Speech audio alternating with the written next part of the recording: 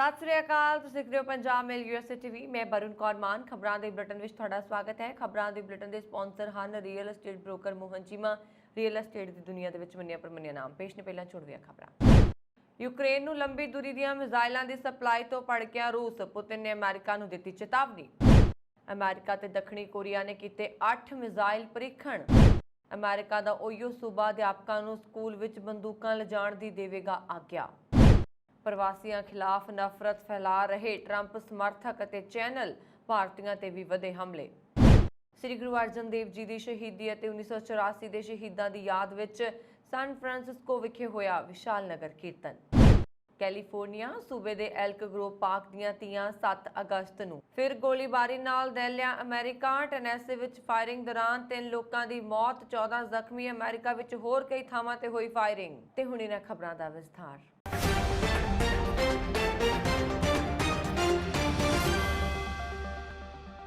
America ਵੱਲੋਂ Ukraine ਨੂੰ ਲੰਬੀ ਦੂਰੀ ਦੇ ਹਥਿਆਰਾਂ ਦੀ ਸਪਲਾਈ ਨੂੰ ਲੈ ਕੇ ਰੂਸ ਨਾਰਾਜ਼ ਹੈ।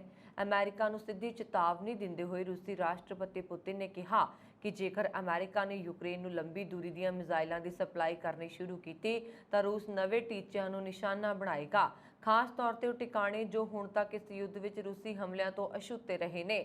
ਪੁਤਿਨ ਨੇ ਹਾਲਾਂਕਿ ਉਹਨਾਂ ਟੀਚਿਆਂ ਦਾ ਨਾਮ ਨਹੀਂ ਲਿਆ ਜਿਨ੍ਹਾਂ ਨੂੰ ਰੂਸ ਨਿਸ਼ਾਨਾ ਬਣਾਏਗਾ। ਇਸ ਦੌਰਾਨ ਯੂਕਰੇਨ ਅਤੇ ਰੂਸ ਵਿਚਾਲੇ ਭਿਆਨਕ ਲੜਾਈ ਜਾਰੀ ਹੈ। ਯੂਕਰੇਨ ਦੇ ਰਾਸ਼ਟਰਪਤੀ ਜ਼ੈਲੈਂਸਕੀ ਨੇ ਦੋਸ਼ ਲਗਾਇਆ ਹੈ ਕਿ ਰੂਸੀ ਫੌਜ ਦੇ ਤੋਪਖਾਨੇ ਦੀ ਗੋਲੀਬਾਰੀ ਨਾਲ 17ਵੀਂ ਸਦੀ ਦਾ ਇੱਕ ਯੂਕਰੇਨੀ ਆਰਥੋਡਾਕਸ ਮੱਠ ਤਬਾਹ ਹੋ ਗਿਆ ਸੀ ਅਤੇ ਇਸ ਦੇ ਨਾਲ ਬਣਿਆ ਇੱਕ ਗਿਰਜਾਘਰ ਵੀ ਅੱਗ ਨਾਲ ਤਬਾਹ ਹੋ ਗਿਆ। ਰੂਸੀ ਰੱਖਿਆ ਮੰਤਰਾਲੇ ਨੇ ਧਾਰਮਿਕ ਸਥਾਨ ਤੇ ਹਮਲੇ ਤੋਂ ਇਨਕਾਰ ਕੀਤਾ ਹੈ। ਕਿਹਾ ਜਾਂਦਾ ਹੈ ਕਿ ਯੂਕਰੇਨੀ ਫੌਜ ਪਿੱਛੇ ਹਟ ਰਹੀ ਹੈ ਅਤੇ ਚਰਚਾਂ ਅਤੇ ਹੋਰ ਧਾਰਮਿਕ ਸਥਾਨਾਂ ਨੂੰ ਨਸ਼ਟ ਕਰ ਰਹੀ ਹੈ, ਜਿਸ ਨਾਲ ਰੂਸੀ ਫੌਜ ਨੂੰ ਬਦਨਾਮ ਕਰਨ ਦਾ ਮੌਕਾ ਮਿਲ ਰਿਹਾ। ਇਸ ਦੌਰਾਨ ਫਰਾਂਸ ਦੇ ਰਾਸ਼ਟਰਪਤੀ ਇਮਾਨੂਅਲ ਮੈਕਰੋਨ ਨੇ ਸ਼ਨੀਵਾਰ ਨੂੰ ਕਿਹਾ ਕਿ ਰਾਸ਼ਟਰਪਤੀ ਪੁਤਿਨ ਨੇ ਯੂਕਰੇਨ ਤੇ ਹਮਲਾ ਕਰਕੇ ਇਤਿਹਾਸਕ ਗਲਤੀ ਕੀਤੀ ਹੈ। ਉੱਤਰੀ ਕੋਰੀਆ ਦੇ ਮਿਜ਼ਾਈਲ ਪ੍ਰੀਖਣ ਦੇ ਜਵਾਬ ਵਿੱਚ ਅਮਰੀਕਾ ਤੇ ਦੱਖਣੀ ਕੋਰੀਆ ਦੀਆਂ ਫੌਜਾਂ ਨੇ ਸੋਮਵਾਰ ਨੂੰ ਸਮੁੰਦਰ ਵਿੱਚ 8 ਬੈਲਿਸਟਿਕ ਮਿਜ਼ਾਈਲਾਂ ਦਾਗੀਆਂ। ਦੱਖਣੀ ਕੋਰੀਆ ਦੇ ਜੁਆਇੰਟ ਚੀਫ ਆਫ ਸਟਾਫ ਅਤੇ US ਫੋਰਸਿਸ ਕੋਰੀਆ ਦੇ ਅਨੁਸਾਰ ਅਭਿਆਸ ਵਿੱਚ 8 ਆਰਮੀ ਟੈਕਟੀਕਲ ਮਿਜ਼ਾਈਲ ਸਿਸਟਮ ਮਿਜ਼ਾਈਲਾਂ ਸ਼ਾਮਲ ਸਨ। ਇਹਨਾਂ ਵਿੱਚੋਂ ਇੱਕ ਅਮਰੀਕਾ ਦੀ ਅਤੇ 7 ਦੱਖਣੀ ਕੋਰੀਆ ਦੀਆਂ ਮਿਜ਼ਾਈਲਾਂ ਸਨ। ਦੱਖਣੀ ਕੋਰੀਆ ਦੀ ਫੌਜ ਨੇ ਕਿਹਾ ਕਿ ਮਿਜ਼ਾਈਲ ਲਾਂਚ ਦਾ ਉਦੇਸ਼ ਉੱਤਰੀ ਕੋਰੀਆ ਦੇ ਹਮਲਿਆਂ ਦਾ ਤੁਰੰਤ ਅਤੇ ਸਵੈਹੀ ਜਵਾਬ ਦੇਣ ਦੀ ਸਮਰੱਥਾ ਦਾ ਪ੍ਰਦਰਸ਼ਨ ਕਰਨਾ ਸੀ। ਫੌਜ ਨੇ ਐਤਵਾਰ ਨੂੰ ਕਿਹਾ ਕਿ ਉੱਤਰੀ ਕੋਰੀਆ ਨੇ ਘੱਟੋ-ਘੱਟ 4 ਵੱਖ-ਵੱਖ ਸਥਾਨਾਂ ਤੇ 35 ਮਿੰਟਾਂ ਵਿੱਚ 8 ਛੋਟੀ ਦੂਰੀ ਦੀਆਂ ਮਿਜ਼ਾਈਲਾਂ ਦਾਗੀਆਂ, ਜਿਨ੍ਹਾਂ ਵਿੱਚ ਪੱਛਮੀ ਅਤੇ ਪੂਰਬੀ ਤੱਟਵਰਤੀ ਖੇਤਰ ਅਤੇ ਰਾਜਧਾਨੀ ਦੇ ਉੱਤਰ ਅਤੇ ਨੇੜੇ ਦੇ 2 ਅੰਦਰੂਨੀ ਖੇਤਰ ਸ਼ਾਮਲ ਨੇ। ਇਹ ਉੱਤਰੀ ਕੋਰੀਆ ਦਾ 2022 ਵਿੱਚ 18ਵਾਂ ਮਿਜ਼ਾਈਲ ਪ੍ਰੀਖਣ ਸੀ। ਦੱਖਣੀ ਕੋਰੀਆ ਤੇ ਅਮਰੀਕੀ ਅਧਿਕਾਰੀਆਂ ਦਾ ਕਹਿਣਾ ਹੈ ਕਿ ਉੱਤਰੀ ਕੋਰੀਆ ਸਤੰਬਰ 2017 ਤੋਂ ਬਾਅਦ ਆਪਣਾ ਪਹਿਲਾ ਪਰਮਾਣੂ ਪ੍ਰੀਖਣ ਕਰਨ ਦੀ ਤਿਆਰੀ ਕਰ ਰਿਹਾ ਹੈ, ਕਿਉਂਕਿ ਉਸ ਦੇ ਨੇਤਾ ਕਿਮ ਜੋਂਗ ਉਨ ਤੇ ਪਰਮਾਣੂ ਸ਼ਕਤੀ ਵਜੋਂ ਆਪਣੇ ਦੇਸ਼ ਦੀ ਸਥਿਤੀ ਨੂੰ ਮਜ਼ਬੂਤ ਕਰਨ ਅਤੇ ਵਿਰੋਧੀਆਂ ਨਾਲ ਲੜਨ ਲਈ ਰਿਆਇਤਾਂ ਹਾਸਲ ਕਰਨ ਦਾ ਦਬਾਅ ਹੈ।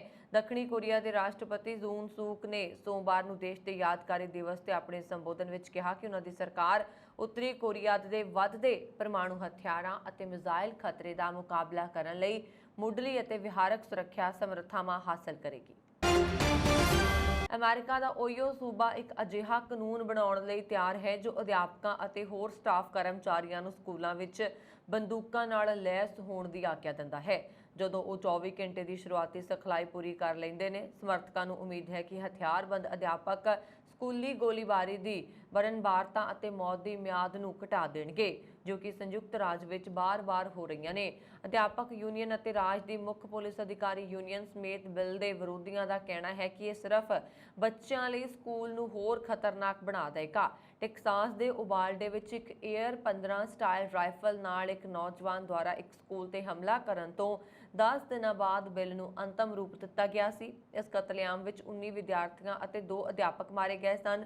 ਓਹੀਓ ਦੇ ਇੱਕ ਰਿਪਬਲਿਕਨ ਗਵਰਨਰ ਮਾਈਕ ਡਿਵਾਈਨ ਨੇ ਕਿਹਾ ਕਿ ਉਹ ਕਾਨੂੰਨ ਵਿੱਚ ਬਿੱਲ ਤੇ ਦਸਤਖਤ ਕਰਨਗੇ। ਰਿਪਬਲਿਕ ਨਿਯੰਤਰਣ ਓਹੀਓ ਜਨਰਲ ਅਸੈਂਬਲੀ ਦੁਆਰਾ ਇਸ ਹਫ਼ਤੇ ਬਿੱਲ ਪਾਸ ਕੀਤਾ ਗਿਆ ਸੀ। ਇਹ ਓਹੀਓ ਸੁਪਰੀਮ ਕੋਰਟ ਦੁਆਰਾ ਪਿਛਲੇ ਸਾਲ ਇੱਕ ਫੈਸਲੇ ਨੂੰ ਰੱਦ ਕਰਨ ਲਈ ਤਿਆਰ ਕੀਤਾ ਗਿਆ ਸੀ, ਜਿਸ ਵਿੱਚ ਕਿਹਾ ਗਿਆ ਸੀ ਕਿ ਇੱਕ ਲੰਬੇ ਸਮੇਂ ਤੋਂ ਚੱਲ ਰਹੇ ਰਾਜ ਦੇ ਕਾਨੂੰਨ ਵਿੱਚ ਅਧਿਆਪਕਾਂ ਨੂੰ ਸਕੂਲ ਦੇ ਅਹਾਤੇ ਵਿੱਚ ਬੰਦੂਕ ਨਾਲ ਲੈਸ ਹੋਣ ਤੋਂ ਪਹਿਲਾਂ ਇੱਕ ਸ਼ਾਂਤੀ ਅਧਿਕਾਰੀ ਸਿਖਲਾਈ ਪ੍ਰੋਗਰਾਮ ਵਿੱਚ 700 ਤੋਂ ਵੱਧ ਘੰਟੇ ਪੂਰੇ ਕਰਨ ਦੀ ਲੋੜ ਸੀ। ਬਿੱਲ ਦੇ ਸਮਰਥਕਾਂ ਨੇ ਕਿਹਾ ਕਿ ਸਕੂਲ ਸਟਾਫ ਨੂੰ ਪੁਲਿਸ ਦੇ ਦਾਖਲ ਹੋਣ ਤੋਂ ਪਹਿਲਾਂ ਹਥਿਆਰਬੰਦ ਹਮਲਾਵਰ ਦਾ ਸਾਹਮਣਾ ਕਰਨ ਦੀ ਆਗਿਆ ਦੇਵੇਗਾ। ਬਿੱਲ ਦੇ ਸਪਾਂਸਰ ਪ੍ਰਤੀਨਿਧੀ ਥਾਮਸ ਹਾਲ ਨੇ ਇੱਕ ਬਿਆਨ ਵਿੱਚ ਕਿਹਾ ਕਿ ਸਾਡੇ ਸਕੂਲ ਵਿੱਚ ਸੰਕਟਕਾਲੀਨ ਸਥਿਤੀਆਂ ਵਿੱਚ ਦੁਖਾਂਤ ਨੂੰ ਰੋਕਿਆ ਜਾ ਸਕਦਾ ਹੈ। ਇਸ ਲਈ ਹਥਿਆਰਬੰਦ ਅਧਿਆਪਕਾਂ ਨੂੰ ਅਪਰਾਧਕ ਪਿਛੋਕੜ ਦੀ ਜਾਂਚ ਤੋਂ ਗੁਜ਼ਰਨਾ ਪਏਗਾ ਅਤੇ ਹਰ ਅਗਲੇ ਸਾਲ 8 ਘੰਟੇ ਦੀ ਵਾਧੂ ਸਿਖਲਾਈ ਪ੍ਰਾਪਤ ਕਰਨੀ ਪਏਗੀ। ਡਿਵਾਈਨ ਨੇ ਇੱਕ ਬਿਆਨ ਵਿੱਚ ਕਿਹਾ ਕਿ ਗਵਰਨਰ ਦੇ ਦਫ਼ਤਰ ਨੇ ਉਵਾਲਡੇ ਗੋਲੀਬਾਰੀ ਤੋਂ ਬਾਅਦ ਸਕੂਲ ਦੀ ਸੁਰੱਖਿਆ ਲਈ ਅਤੇ ਇਹ ਯਕੀਨੀ ਬਣਾਉਣ ਲਈ ਕਿ ਸਿਖਲਾਈ ਦੀਆਂ ਜ਼ਰੂਰਤਾਂ ਸਕੂਲ ਦੇ ਵਾਤਾਵਰਣ ਲਈ ਖਾਸ ਸਨ ਲਈ ਸੰਸਦ ਮੈਂਬਰਾਂ ਨਾਲ ਕੰਮ ਕੀਤਾ। ਓਯੋ ਐਜੂਕੇਸ਼ਨ ਐਸੋਸੀਏਸ਼ਨ ਅਤੇ ਓਯੋ ਫੈਡਰੇਸ਼ਨ ਆਫ ਟੀਚਰਸ ਨੇ ਇੱਕ ਸਾਂਝੇ ਬਿਆਨ ਵਿੱਚ ਕਿਹਾ ਕਿ ਬਿੱਲ ਜਲਦਬਾਜ਼ੀ ਅਤੇ ਜ਼ੋਖਮ ਭਰਿਆ ਸੀ। ਉਹਨਾਂ ਨੇ ਕਿਹਾ ਕਿ ਬਿੱਲ ਨੇ ਸਿੱਖਿਅਕਾਂ ਨੂੰ ਲੋੜੀਂਦੀ ਸਿਖਲਾਈ ਤੋਂ ਬਿਨਾਂ ਜੀਵਨ ਅਤੇ ਮੌਤ ਦੇ ਦੂਜੇ ਫੈਸਲੇ ਲੈਣ ਦੀ ਅਸੰਭਵ ਸਥਿਤੀ ਵਿੱਚ ਪਾ ਦਿੱਤਾ ਹੈ। ਇਹ ਬਿਨਾਂ ਸ਼ੱਕ ਸਾਡੇ ਸਕੂਲਾਂ ਵਿੱਚ ਹੋਰ ਤਰਾਸਦੀ ਦਾ ਕਾਰਨ ਬਣ ਸਕਦਾ ਹੈ। ਨਵੇਂ ਕਾਨੂੰਨ ਦੇ ਤਹਿਤ ਸਕੂਲੀ ਜ਼ਿਲ੍ਹਿਆਂ ਨੂੰ ਮਾਪਿਆਂ ਨੂੰ ਸੂਚਿਤ ਕਰਨਾ ਹੋਵੇਗਾ ਜੇਕਰ ਉਹ ਹਥਿਆਰਬੰਦ ਅਧਿਆਪਕਾਂ ਨੂੰ ਸਕੂਲ ਦੇ ਅਹਾਤੇ ਵਿੱਚ ਜਾਣ ਦੇਣ ਦਾ ਫੈਸਲਾ ਕਰਦੇ ਨੇ। ਇਹ ਤੁਰੰਤ ਸਪਸ਼ਟ ਨਹੀਂ ਹੋ ਸਕਿਆ ਕਿ ਕਿੰਨੇ ਸਕੂਲ ਜ਼ਿਲ੍ਹੇ ਅਧਿਆਪਕਾਂ ਨੂੰ ਹਥਿਆਰਬੰਦ ਹੋਣ ਦੀ ਆਗਿਆ ਦੇਣ ਦੀ ਚੋਣ ਕਰਨਗੇ। ਅਮਰੀਕਾ ਵਿੱਚ ਡੋਨਾਲਡ ਟਰੰਪ ਦੇ ਸਮਰਥਕ ਅਤੇ ਉਹਨਾਂ ਦੇ ਪੱਖ ਵਿੱਚ ਮਾਹੌਲ ਬਣਾ ਰਹੇ ਨਿਊਜ਼ ਚੈਨਲ ਭਾਰਤੀਆਂ ਸਮੇਤ ਪ੍ਰਵਾਸੀਆਂ ਖਿਲਾਫ ਨਫ਼ਰਤ ਫੈਲਾ ਰਹੇ ਨੇ। ਇਸ ਕਾਰਨ ਉਹਨਾਂ ਖਿਲਾਫ ਹਿੰਸਾ ਵੱਧ ਰਹੀ ਹੈ। ਟਰੰਪ ਸਮਰਥਕ ਇਹ ਕਹਾਣੀ ਦੱਸ ਰਹੇ ਨੇ ਕਿ ਪ੍ਰਵਾਸੀਆਂ ਕਾਰਨ ਵਾਈਟ ਲੋਕਾਂ ਨੂੰ ਖਤਰਾ ਹੈ। ਚੈਨਲ ਭਰਮ ਫੈਲਾ ਰਹੇ ਨੇ ਕਿ ਭਾਰਤੀ ਮੂਲ ਦੇ ਪ੍ਰਵਾਸੀ ਇੱਕ ਦਿਨ ਅਮਰੀਕਾ ਅਤੇ ਗੋਰੇ ਲੋਕਾਂ ਤੇ ਹਾਵੀ ਹੋ ਜਾਣਗੇ। ਇਸ ਨੂੰ ਗ੍ਰੇਟ ਰਿਪਲੇਸਮੈਂਟ ਥਿਊਰੀ ਦਾ ਨਾਮ ਦਿੱਤਾ ਗਿਆ। ਟਰੰਪ ਦੀ ਕੁਰਸੀ ਜਾਣ ਦੇ ਬਾਅਦ ਇਸ ਵਿਚਾਰ ਨੇ ਹੋਰ ਜ਼ੋਰ ਫੜਿਆ ਹੈ। Centre for study of heat and extremes ਮੁਤਾਬਕ 2020 ਦੇ ਮੁਕਾਬਲੇ 2022 ਵਿੱਚ ਏਸ਼ੀਆਈ ਲੋਕਾਂ ਖਿਲਾਫ ਨਫ਼ਰਤੀ ਅਪਰਾਧ 33% ਵਧਿਆ ਹੈ। ਨਿਊਯਾਰਕ ਵਿੱਚ ਇੱਕ ਮਹੀਨੇ ਵਿੱਚ 6 ਸਿੱਖਾਂ ਤੇ ਹਮਲਾ ਹੋਇਆ। 30 ਸਾਲ ਤੋਂ ਨਿਊਯਾਰਕ ਦੇ ਰਿਚਮੰਡ ਹਿਲਜ਼ ਵਿੱਚ ਰਹਿ ਰਹੇ ਕੁਲਦੀਪ ਸਿੰਘ ਕਹਿੰਦੇ ਨੇ ਕਿ ਲੋਕਾਂ ਦੀ ਮਾਨਸਿਕਤਾ ਬਦਲ ਰਹੀ ਹੈ। ਪਹਿਲਾਂ ਕਦੇ ਇੰਨਾ ਡਰ ਮਹਿਸੂਸ ਨਹੀਂ ਹੋਇਆ। ਇੱਥੇ 18 ਮਈ ਨੂੰ ਇੱਕ ਅਮਰੀਕਾ ਨੇ ਭਾਰਤੀ ਵਿਦਿਆਰਥੀ ਦਾ ਗਲਾ ਦਬਾ ਦਿੱਤਾ। ਬੀਤੇ ਸਾਲ ਸਾਨ ਫਰਾਂਸਿਸਕੋ ਵਿੱਚ 567% ਅਤੇ ਨਿਊਯਾਰਕ ਵਿੱਚ 361% ਨਫ਼ਰਤੀ ਅਪਰਾਧ ਵਧਿਆ। ਵਾਈਟ ਹਾਊਸ ਸੁਪਰੀਮੇਸੀ ਵਧਾਉਣ ਵਾਲੇ ਚੈਨਲਾਂ ਕਾਰਨ ਏਸ਼ੀਆਈ ਲੋਕਾਂ ਤੇ ਹਿੰਸਕ ਹਮਲੇ ਵਧੇ ਨੇ। ਅਮਰੀਕਾ ਵਿੱਚ ਭਾਰਤੀਆਂ ਦੀ ਗਿਣਤੀ ਕਰੀਬ 45 ਲੱਖ ਹੈ। ਇਹ ਭਾਵੇਂ ਅਮਰੀਕਾ ਦੀ ਕੁੱਲ ਆਬਾਦੀ ਦਾ ਕੇਵਲ 1.4% ਹੈ, ਪਰ ਸਭ ਤੋਂ ਪ੍ਰਭਾਵਸ਼ਾਲੀ ਤੇ ਅਮਰੀਕਾ ਵਰਕ ਹੈ। ਬਾਈਡਨ ਪ੍ਰਸ਼ਾਸਨ ਵਿੱਚ 2 ਦਰਜਨ ਤੋਂ ਵੱਧ ਭਾਰਤੀ ਮੂਲ ਦੇ ਲੋਕ ਉੱਚ ਅਹੁਦਿਆਂ ਤੇ ਨੇ। IT ਸੈਕਟਰ ਵਿੱਚ ਭਾਰਤੀਆਂ ਦਾ ਦਬਦਬਾ ਹੈ। 15 ਤੋਂ 20 ਸੰਸਦੀ ਸੀਟਾਂ ਅਤੇ ਰਾਜਾਂ ਦੀਆਂ 100 ਸੀਟਾਂ ਤੇ ਜਿੱਤ ਵਿੱਚ ਭਾਰਤੀ ਭਾਈਚਾਰਾ ਅਹਿਮ ਰੋਲ ਨਿਭਾ ਰਿਹਾ ਹੈ। ਸੋਸ਼ਲ ਟਰੈਕਿੰਗ ਸਟੱਡੀ ਮੁਤਾਬਕ 21% ਅਮਰੀਕੀ ਕੋਵਿਡ ਲਈ ਅੰਸ਼ਕ ਤੌਰ ਤੇ ਏਸ਼ੀਆਈ ਲੋਕਾਂ ਨੂੰ ਜ਼ਿੰਮੇਵਾਰ ਮੰਨਦੇ ਨੇ। ਪਹਿਲਾਂ 11% ਹੀ ਅਜਿਹਾ ਮੰਨਦੇ ਸੀ।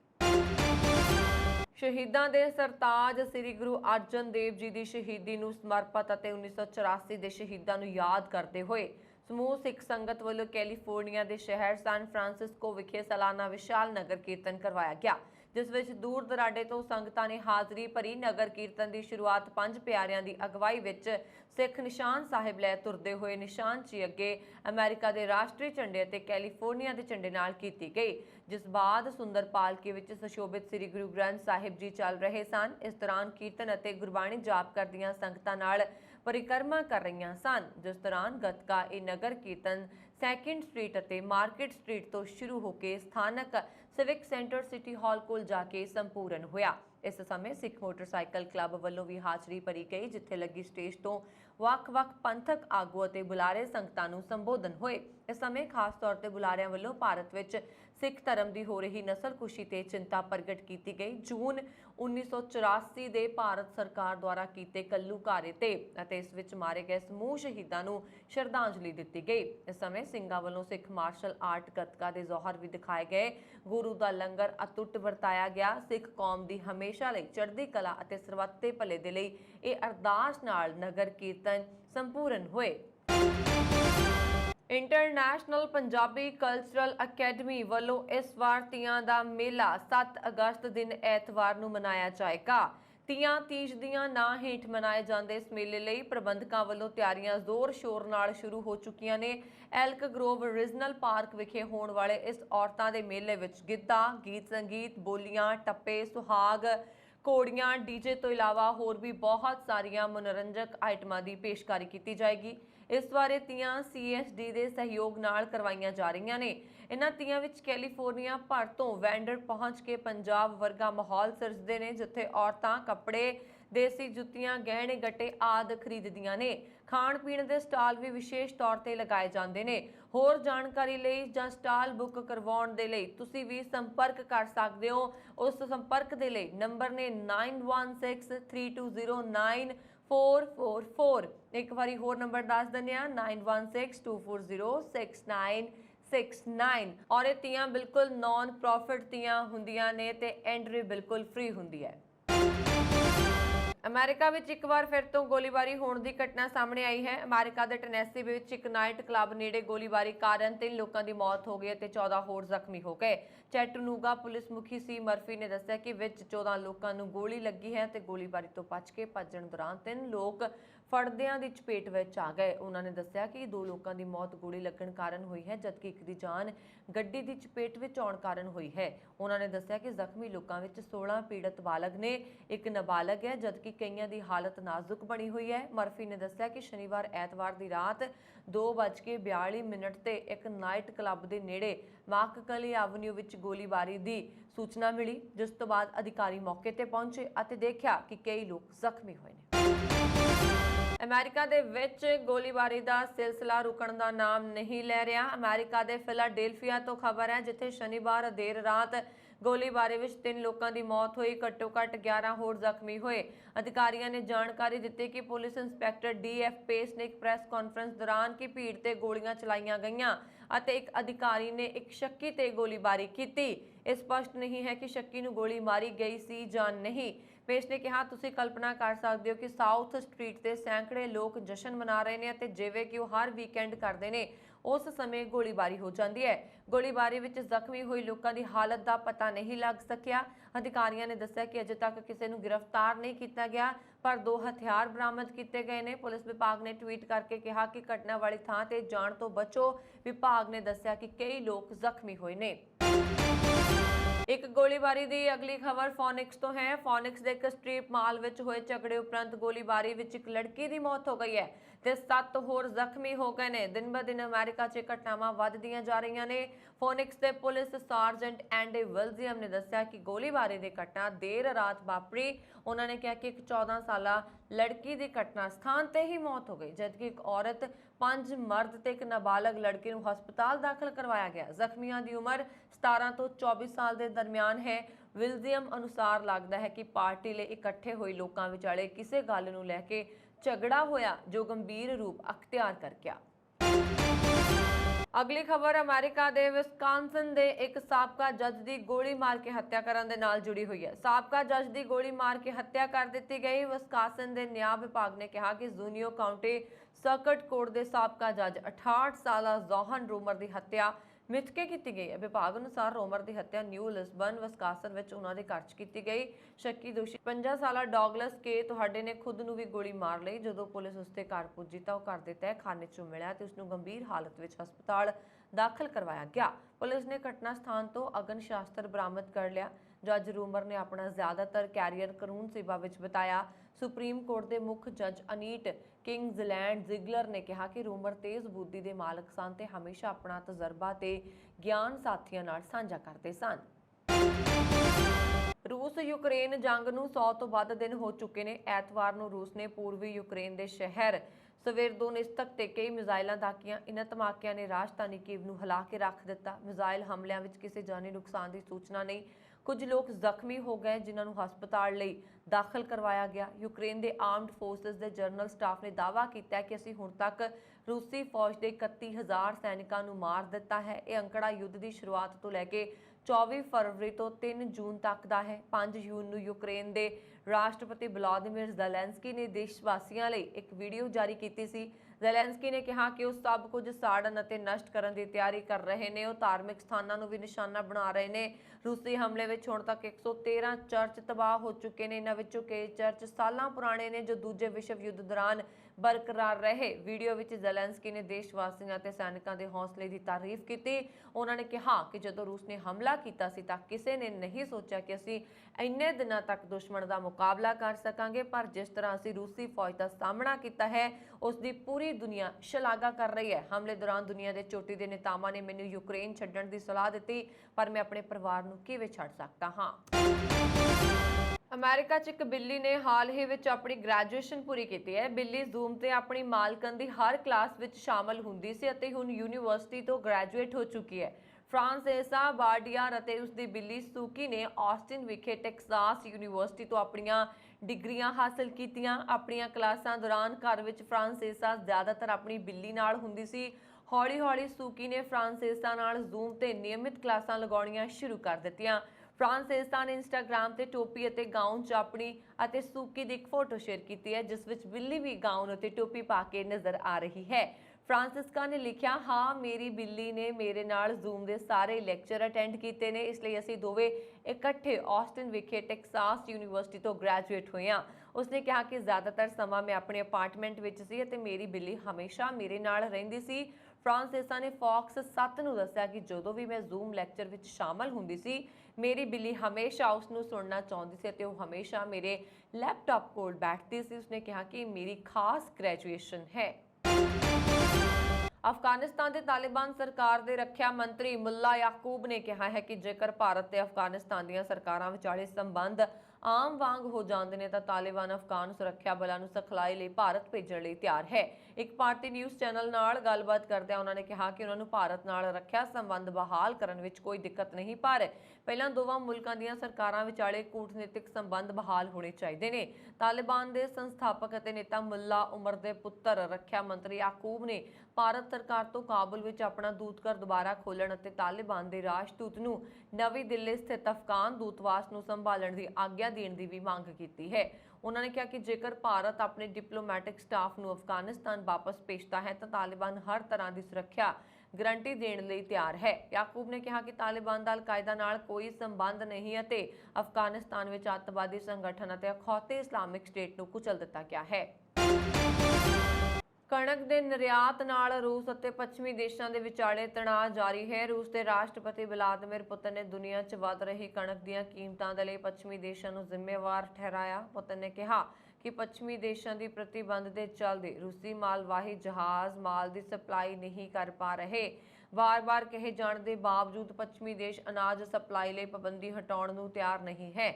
ਪੁਤਿਨ ਨੇ ਯੂਕਰੇਨ ਦੇ ਬੰਦਰਗਾਹਾਂ ਤੇ ਅਨਾਜ ਲੱਦੇ ਜਹਾਜ਼ਾਂ ਨੂੰ ਰੋਕੇ ਜਾਣ ਦੇ ਦੋਸ਼ਾਂ ਤੋਂ ਮਨਾ ਕੀਤਾ ਹੈ। ਕਿਹਾ ਕਿ ਪੱਛਮੀ ਦੇਸ਼ਾਂ ਨੂੰ ਰੂਸ ਤੋਂ ਸਮੱਸਿਆ ਹੈ ਤਾਂ ਉਹ ਬੇਲਾਰੂਸ ਤੇ ਲੱਗੀ ਪਾਬੰਦੀ ਹਟਾ ਕੇ ਉੱਥੋਂ ਤੋਂ ਯੂਕਰੇਨ ਦੀ ਕਣਕ ਦੀ ਸਪਲਾਈ ਸ਼ੁਰੂ ਕਰਵਾ ਸਕਦੇ ਨੇ। ਅਮਰੀਕਾ ਤੇ ਬ੍ਰਿਟੇਨ ਨੇ ਯੂਕਰੇਨ ਤੋਂ ਕਣਕ ਦੀ ਸਪਲਾਈ ਨਾ ਹੋਣ ਲਈ ਰੂਸ ਨੂੰ ਜ਼ਿੰਮੇਵਾਰ ਠਹਿਰਾਇਆ। ਸੰਯੁਕਤ ਰਾਸ਼ਟਰ ਕਣਕ ਦੀ ਸਪਲਾਈ ਸੁਨਿਸ਼ਚਿਤ ਕਰਵਾਉਣ ਲਈ ਲਗਾਤਾਰ ਕੋਸ਼ਿਸ਼ ਕਰ ਰਿਹਾ ਹੈ।